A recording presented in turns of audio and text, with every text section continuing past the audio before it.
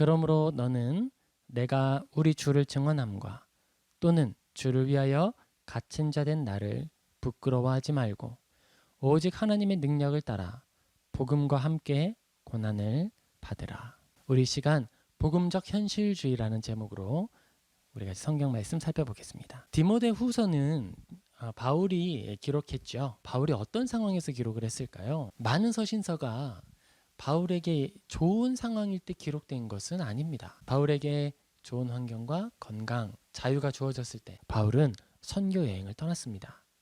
복음을 들고 아무것도 의지할 것 없고 그를 알지 못하는 사람들을 향해 나아간 거예요. 바울은 유명한 사람이었습니다. 그럼 바리새인 중에 바리새인으로 학식이 높은 자로 그리스도인들 중에 바울보다 더 많이 배우고 자격을 갖춘 자가 없었죠. 정말 유명한 사람이었지만 무명한 자로 사도의 권세를 가졌기 때문에 사도로서 교회에서 대접을 받을 수 있었어요. 그런데 바울은 그런 것들을 주장하거나 내 것으로 당연한 것으로 내가 마땅히 누릴 나의 몫으로 여기지 않았습니다. 그는 늘 나아가고자 했고요. 하나님의 말씀대로 살기를 소망했어요. 하나님께서 그에게 주신 사명을 온전히 이루는 것만이 바울의 목표였고 삶의 유일한 소망이고 방향성이었습니다. 그런 바울이 어쩔 수 없이 글을 쓰는데 그 상황은 자유가 없을 때, 그가 꼭 남아서 교회를 지켜야만 했을 때, 그런 상황들이었어요. 자기는 지금 복음을 전하고 있는데 저기에서 아픈 교회들에 대한 소식이 들려옵니다. 바로 그때가 바울이 편지를 쓰고 글을 쓰고 글을 통해 자신을 드러내는 시간이었어요. 그런 의미에서 바울의 서신서는 바울의 아주 긍정적인 상황을 통해서 열매 맺은 것이라기보다는 마치 조개가 진주를 얻듯이 아픔 중에 진주를 만들어내듯이 그의 마음에 또는 그의 삶에 곤고함과 고단함, 아픔이 있을 때에 비로소 나타났던 인내의 산물이다. 그렇게 우리가 볼 수가 있을 거예요. 그 중에서도 디모데 후서는 바울이 겪었던 가장 고단한 상황에서 기록된 서신이라는 가치가 있습니다. 그것뿐만이 아니라 가장 힘들 때 썼는데요. 누구에게 썼을까요? 가장 사랑하는 자기의 믿음으로 낳은 자식 같은 디모데에게 쓴 서신이에요. 그런 의미에서 디모데 후서는 바울의 정수가 담겨있는 서신이다라고 표현할 수도 있을 것 같아요. 지금 바울은 로마 감옥에 갇혀 있습니다. 로마 감옥에 갇혀서 고통스러운 상황을 묘사하고 있어요. 디모데후서 1장 15절에서 18절에 그런 상황에 대한 이야기가 담겨 있습니다. 16절에 이렇게 기록되죠. 원하건대 주께서 오네시보로의 집에 긍휼을 베푸시옵소서. 그가 나를 자주 격려해주고 내가 사슬에 매인 것을 부끄러워하지 아니하고 로마에 있을 때에 나를 부지런히 찾아와 만났습니다. 나는 지금 사슬에 매여 있어요. 이렇게 말하는 거예요. 그런데 바울이 자기가 사슬에 매여 있는 이런 현실이 처음 있는 일은 아니었을 거예요. 근데 이번에 뭔가 달랐어요. 바울은 지금 자기 자신에게 주어진 상황이 어떤 상황인지 이해를 하고 있습니다. 예전에도 바울은 어려움을 많이 겪었어요. 파선의 위험도, 동족의 위험도, 굶기도 많이 하였고 채찍도 많이 맞았고요. 감옥에 들어갔고 쇠사슬에 채인 것도 이번이 처음은 아닙니다. 그러나 지금은 조금 달랐습니다. 이전에는 조금 구류되었고 그가 어떤 죄목인지 명확하게 판명되지 않아서 기다리고 있는 죄인의 신분, 그런 신분으로 감옥에 있었다면, 그런 것들이 대체로 기록이 되어 있었다면 지금 디모데 후서의 상황에서는 바울은 죽음의 날을 기다리는 사형수의 위치에서 감옥에 갇혀 있는 거예요. 그가 단순히 사슬에 매인 것은 그냥 매인 것이 아니라 곧 죽을 자 중에 하나로, 도망칠 수 없게 꼭 매어 붙들린 자로 매어 있는 거예요. 그래서 바울이 자기가 사슬에 매인 것을 부끄러워하지 말아라, 부끄러워했다, 누군가는 부끄러워하지 않고 나를 만나 주었다라고 자주 표현을 하고 있습니다. 사슬에 묶인 그의 상황 자체가 심각한 형태로 나타나고 있음을 보여주는 거예요. 자신의 상황을 감추지 않고 그대로 드러냈습니다. 어땠을까요? 자기가 세운 교회지요. 내가 하나님의 은혜를 받아서 복음의 사명을 가지고 세운 교회들입니다. 그런 교회들에게 내가 어떤 모습으로 드러나는 게 가장 좋을까요? 하나님 안에서 쓰임받는 모습 아닐까요? 하나님의 종으로 영광을 돌리고 또 떳떳하게 드러낼 만큼 아름다운 열매들을 다른 교회들에 알려주고 그것으로 격려하는 게 어떻겠어요? 바울에게는 더 큰 기쁨이 되지 않을까요? 글쎄요. 오늘날에도 그렇죠. 자신을 드러내는 일에 열심을 가진 사람들이 있습니다. 또 그것으로 자기의 업적을 삼기도 하고 그것을 자기가 아무리 힘들어도 견뎌내는 힘으로 삼는 사람들이 많이 있어요. 우리가 다 그렇잖아요. 내가 이걸 해냈어. 내가 힘들었지만 결국 열매 맺었지. 우리는 그렇게 말하기 위해서 또는 그렇게 말을 함으로써 힘을 얻기도 합니다. 그런데 바울은 그런 걸 개의치 않았습니다. 그저 자기에게 주어진 모든 상황들을 담백하게 드러내 밝히고 공공연하게 알리고 그리고 그뿐만 아니라 그 자리로 초대하는 데까지 나아갑니다. 바울이 체험한 복음을 따라 사는 삶, 그건 어떤 삶이었을까? 복음을 따라 예수님을 만나고 그의 삶의 방향이 완전히 전환된 이후에 그의 삶은 철저한 현실의 삶을 살아갔어요. 마구마구 신비한 일들이 나타나고 모세처럼 물이 갈라지고 그런 놀라운 일들과 놀라운 기적으로 물리적인 법칙과 이성적 법칙을 떠나서 초월적으로 바울의 삶을 형통하게 만드는 일로 나타나지를 않았어요. 새로운 길을 찾아 나섰고 담대히 홀로 나아갔습니다. 그는 이 모든 상황 속에서 이해를 바라지 않았고 오직 충성과 신념으로 나아가되 그에게 닥쳐올 모든 상황들 앞에서 그저 담담히 담백하게 그것들을 순응하며 나아갈 뿐이었어요. 내가 누군데, 내가 이 세계를 지으신 하나님의 종인데 나를 때리려고? 그러지 않았어요. 채찍을 들고 치면 맞았습니다. 동족들이 그를 공격하려고 들면 위협을 느껴 도망가기도 했어요. 그가 바울이 회심하여서 이제 내가 증언하면 사람들이 돌아오겠지라고 신뢰하고 했을 때 그를 죽이려고 하는 사람들 피해서 바구니에 광주리에 달려서 담장 아래로 도망치기도 했지 않았습니까? 바울이 살았던 그 삶은 철저히 현실적인 삶이었습니다. 우리가 생각하는 것처럼 이상적이거나 초현실적인 삶은 아니었던 것이죠. 바울이 디모데에게 권면하고 있는 모든 것들도 그의 모든 삶을 부정하거나 회피하면서 그것들을 없는 듯 속여가면서 이야기하는 건 하나도 없었어요. 오직 사실만을 말했고 자기가 어떤 위치에 있든지 얼마나 부끄러운 위치 또는 고통스러운 위치에 있든지 그 시간들을 담담히 전했습니다. 제가 강조하고자 하는 건 바로 그거예요. 바울은 디모데후서 4장 6절에서 7절에 이렇게 기록하는데 그중 6절에 이렇게 기록이 됩니다. 전제와 같이 내가 벌써 부어지고 나의 떠날 시각이 가까웠도다. 바울의 생명이 복음을 위하여서 부어질 날이 다가왔습니다. 그가 하나님께 허락받은 육체의 호흡이 그칠 날이 다가온 거예요. 내가 비록 잡혀있지만 하나님이 나를 살려주실 것을 나는 믿는다. 이렇게 말하지 않았습니다. 전제와 같이 이제 내가 부어지고 내가 벌써 부어지고 나의 떠날 시각이 가까웠도다. 그가 하나님께 허락받은 육체의 호흡이 그칠 날이 왔다는 그 사실을 담담히 이야기합니다. 그의 의지가 아닌 권세자들의 결정과 조롱 섞인 그 집행의 원리를 따라서 이제 곧 죽게 될 것이라는 거죠. 죽음의 자리까지 존귀 여김을 얻지 못하는 죄인처럼 죄인 중에 하나로 취급을 당해 죽는 삶을 살아가게 되는 거예요. 어떠세요? 바울의 삶 어떻게 보이십니까?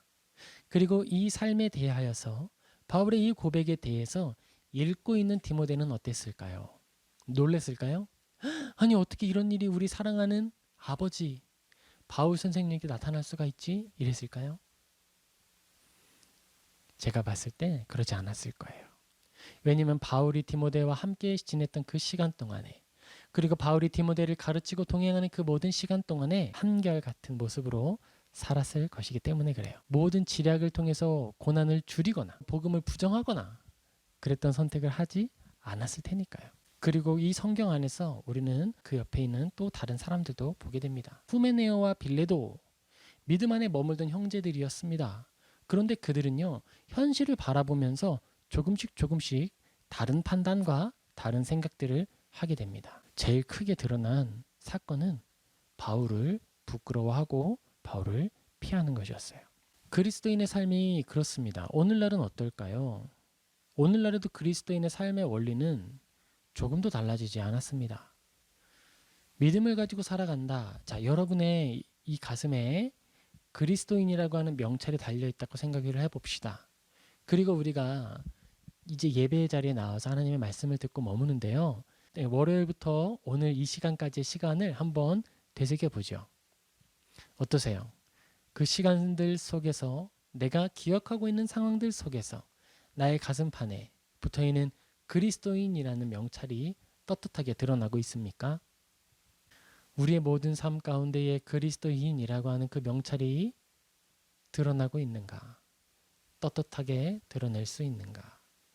그 부분이 오늘 후메네와 빌레도가 경험했던 현실의 벽이었어요. 그리고 바울은 그 벽 앞에서 자신이 깨어지도록 내어 던지고 복음 앞에 자신을 투신하는 모습으로 나아간 거예요. 그 벽을 향해서 자신을 던졌더니 어떻게 됐을까요? 거대한 벽에 계란이 던져졌어요. 계란이 벽을 부수었을까요? 벽에 계란이 깨져버리고 말았죠.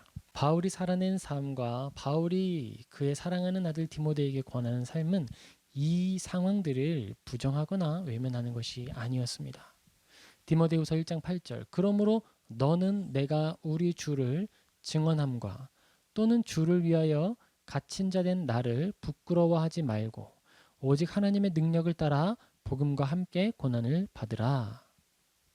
하나씩 살펴볼까요? 갇힌 자 된 나를 부끄러워하지 말아라 라고 말합니다. 후메네오와 빌레도 그리고 칭찬받는 사람 그 차이점은 바울을 부끄러워하느냐 부끄러워하지 아니하고 계속 찾아오느냐 하는 것이었어요. 갇힌 자 된 나를 부끄러워하지 말고 어떤 마음일까요? 사랑하는 아들에게 이렇게 당부하는 바울의 마음.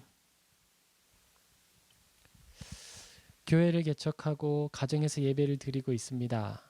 가정에서 예배를 드리며 우리들이 감당해야 할 삶의 짐들이 있겠죠. 사랑하는 자녀들이 있습니다. 새 자녀가 저한테 있는데요. 그 사랑하는 새 자녀에게 이야기하는 거죠. 개척교회의 목사된 나를 부끄러워하지 말고 큰 영광, 그리스도인의 공동체 안에서 큰 영광을 누리고 얼마든지 자기가 가지고 있는 권세 안에서 행동할 수 있었던 바울이었습니다. 주어진 공동체 안에서만 가르칠 수도 있었잖아요, 바울이.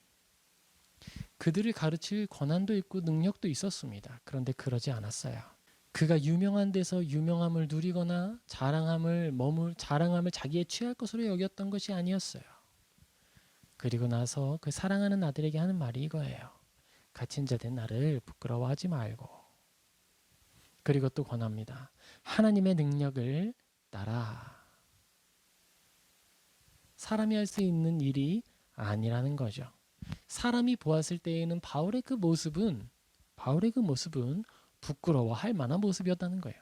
옷이 헤어지고 자유가 없고 아무도 그를 찾아오지 않고 하나님을 믿는 사람의 최후 영광도 없고 빛도 없는 것 같아 보이는 그런 상황. 하나님의 능력을 따라 부끄러워하지 말라는 거예요. 그리고 하나님의 능력을 따라 바울이 이야기합니다. 복음과 함께 고난을 받으라. 바울이 감옥에 갇혀서 죽음을 기다리고 있는 그 시간에 복음이 그와 함께 있다는 겁니다. 복음과 함께 고난을 받으라. 고난을 받지 않기 위해 복음을 버리는 것이 아니라 복음을 손에 쥐고 그것 때문에 벽에 충돌해야 하고 큰 벽에 충돌하는 계란처럼 내 몸이 깨어져야 한다면 기꺼이 깨어지게 내어 던지라는 거예요. 그리스도인에게 사실 이 모습이 참된 정체성이라는 것 우리 모두 알고 있죠. 내가 아무리 부인하고 그리스도인도 뭔가 취할 것이 있을 거야. 어딘가에 우리가 쉴 만한 낙원이 있을 거야. 우리들이 예수님 믿는다고 해서 손해만 볼 필요 있겠어? 라고 말하는 사람들도 있을지 몰라요. 그러나 성경은 분명히 이야기합니다. 예수님 믿는다고 하는 건 손해보기로 작정한다는 거죠. 예수님을 믿는다는 것은 자신이 마땅히 취할 권리도 공동체를 위하여 내려놓을 줄 알아야 한다는 거예요. 우리가 믿음 안에서 죄를 구별할 때 이렇게 이야기를 합니다. 하나님이 하라 하신 것을 하지 않는 것과 하지 말라 하신 것을 범하여 행하는 일이 바로 죄다라고 설명을 해요. 그리고 믿지 않는 사람들의 공공의 영역에서 악한 행동은 무엇이냐 하면 나의 이익을 위해서 공동체에 해악을 끼치는 것을 악한 것이라고 말을 해요. 그리고 그럼 선한 것이고 또 좋은 일이 무엇이냐 하면 좋은 일이라기보다 영광스러운 일이랄까요? 귀감이 되는 일이랄까? 영웅적 행동은 무엇이냐 하면 공동체의 이익을 위하여서 자신을 손에 끼친다는 거예요. 그렇게 구별할 수 있는데 지금 바울이 이야기를 하는 거죠. 기꺼이 복음과 함께 고난을 받자. 그리스도인은 지금 나처럼 갇혀 있는 것, 우리가 가진 모든 누려야 할 것들을 믿음 안에 자원하는 마음으로 하나씩 덜어내는 것, 그게 당연한 거야 라고 초대하는 거예요. 그리스도인은 이런 상황을 외면하지 않았다는 사실을 주목합시다. 바울이 지금 자기가 쇠사슬에 갇혀 있는 동안에 하나님 삼손처럼 나에게 힘을 주셔서 이 쇠사슬을 끊고 나가게 하여 주십시오라는 기도를 했을까요? 하지 않았습니다. 바울은 지금 자기가 쇠사슬에 갇혀 있다는 그 사실을 외면하고 감추고 있습니까? 현실을 도피하고 있습니까? 그렇지 않죠. 분명히 자기가 쇠사슬에 갇혀 있는 사실을 직시하고 있으며 그 사실을 이해하고 자기에게 찾아올 죽음을 알고 있음에도 불구하고 초대하죠. 죽음에 참여하십시오. 바울은 그런 거예요. 바울은 아주 현실주의적인 사람이었어요. 그런데 복음적 현실주의자였습니다. 그리스도인들은 현실 도피자들이 아니에요. 하나님이 알아서 하시겠지. 그러니까 나는 오늘 아무렇게나 살아야지. 마음껏 취해야지. 게으른 자들이 아닙니다. 오히려 바울은 그의 서신서를 통해서 이렇게 말을 하는 거예요. 게으른 자들이 너희 중에 있다는 소식이 들려오는데 게으른 자들을 권면해서 게으름을 떠나게 하시고 책망하십시오. 바울은 대단한 현실주의자였어요. 그가 모든 권위를 누리고 모든 누릴 것들을 누리게 되면 믿음을 가진 사람들이 그에게 예수님의 향기를 느끼지 못할 것이라는 걸 알고 있었어요. 그래서 더더욱 의도적으로 그는 텐트 메이커의 역할을 감당했습니다. 자격이 없기 때문은 아니었어요. 다른 사도들은 자신들이 가르치는 일을 하기에 그래서 말하죠. 집사님들을 세우고 우리가 가르치는 일에 전무할 수 있도록 도와주십시오. 우리는 기도와 말씀 가르치는 일에 전무하겠습니다. 그럼 그 말을 듣는 다른 사람들은 어땠을까요? 당신들은 좋은 것만 하려고 한다고 이렇게 얘기했을까요? 아니죠. 고단한 일에 우리를 대표해서 감당하시니 감사하고 하나님께서 당신에게 그 모든 것들을 맡기셨다는 사실을 우리가 인정한다. 그러니 우리가 당신의 짐을 나누어 줄 테니 당신은 말씀에 전무하십시오. 공동체는 사도들의 짐을 나누어 지어 줌으로써 좋은 말씀을 얻을 기회를 얻는 거였어요. 하나님의 선한 원리가 작동되도록 하는 거예요. 바울은 거기에서 하나 더 나아가는 거예요. 사도들은 이미 믿음을 가진 사람들을 가르치는 사람들이었고 바울은 믿지 않는 사람들에게 예수님을 드러내 보여주어야 하는 사람이었던 거예요. 그랬기 때문에 그는 더더욱 자신의 삶에 믿지 않는 사람들의 현실이 무엇인지 이해하고 그 안에서 자기의 삶을 움직였던 거예요. 지독한 현실주의자였죠. 그렇게 현실을 직시하고 있고 현실을 살아갔던 바울. 비관적이었을까? 우리는 성경을 알고 있습니다. 바울은 비관적이지 않았습니다. 자신의 상황을 비관적으로 여겼다면 사랑하는 아들 디모데에게 나처럼 고난을 받으라라고 초대할 수 없었을 거예요. 바울은 자기가 겪고 있는 이 현실이 가장 복되다는 사실을 이해하고 있었어요. 지극히 맑은 눈으로 믿음의 눈이 가리워져서 지성이 멈춰서 생각하지 못하기 때문에 광신자가 되어서 그렇게 말하는 것이 아니라 냉철함과 하나님이 주신 지성을 최대한으로 활용한 그가 생각해 보았을 때 가장 뛰어난 자리가 지금 이 고난받는 자리라는 거예요. 그래서 여기로 오라고 초대하는 거예요. 그리스도인은 낙관적인 인생관을 가지고 있습니다. 그런데 현실을 부인하거나 현실을 외면하거나 현실 도피적 생각을 하면서 낙관주의를 가지는 건 아니에요. 오히려 모든 상황을 그 누구보다도 현실적으로 직시할 수밖에 없죠. 왜냐하면 현실은 누구도 피해가지 않고 우리에게도 닥쳐오니까. 그런데 그 안에서 무엇을 바라보는 거예요? 나의 이익이나 나의 기쁨이나 평안이 아니라 공동체의 유익과 하나님의 나라의 기쁨과 하나님께 영광되는 그 삶을 바라보는 거예요. 그렇기 때문에 모든 그리스도인들은 현실의 삶을 나그네처럼 살아가고 순례자의 삶을 살아가지만 늘 낙관적이고 늘 감사하며 걸어갈 수 있는 거예요. 그리스도인들은 복음적 현실을 살아가는 사람들입니다. 우리에게 닥쳐오는 상황들, 코로나가 우리를 피해가나요? 그렇지 않죠? 우리도 그 상황 속에서 또 짊어져야 할 삶의 짐을 가지고 가고 있습니다. 그러나 우리는 이 모든 상황 속에서도 결국 선을 이루실 하나님을 기대하고 소망하며 오늘 나에게 주어진 인생의 무거운 짐과 감당해야 할 오해들이나 무거운 것들을 기꺼이 감수하는 거예요. 그것이 바로 그리스도인의 삶이고 우리가 누리는 기쁨입니다. 그리스도인의 삶은 철저한 현실주의자의 삶이며 그리스도인의 삶은 그리고 바울의 인식은 극현실주의자의 현실 위에 꼽힌 비현실적 하늘나라 시민의 삶이었어요. 다른 사람들은 바울의 서신만 바라보며 바울이 하고 있는 고백과 바울이 가르치는 그 말만 보았을 때에는 하나님이 보이는 거예요. 하나님의 나라가 보이는 거예요.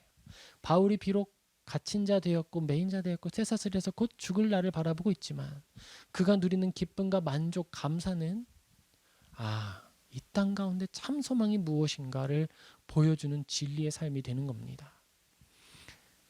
우리 모두가 그런 자들로 부름을 받았습니다. 바울만 그 사명을 가지고 있어서 그렇게 살아가는 것이 아니라 우리 모두가 그런 일을 하도록 부름을 받았습니다.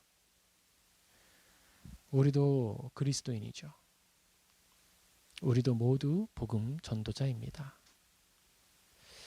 우리가 살아가는 삶의 모든 자리가 예수님을 드러내는 삶이 되기를 소망하고 또 축복합니다. 그리고 기억합시다, 여러분. 여러분이 가슴 위에 붙여진 예수 그리스도 그 명찰을 아무리 가리려 애써도 결코 가릴 수 없습니다. 우리는 떳떳하게 드러내고 또 드러낼 때에 우리에게 닥쳐오는 그 모든 풍랑들과 짊어져야 할 짐들을 외면하지 말고 기꺼이 받아들이고 하나님께 이 모든 것들을 짊어지고 나갈 합당한 자로 여김 받았음을 감사하고 하나님을 찬양하는 저와 여러분 되기를 주님의 이름으로 축복합니다. 아멘. 우리 같이 기도하겠습니다.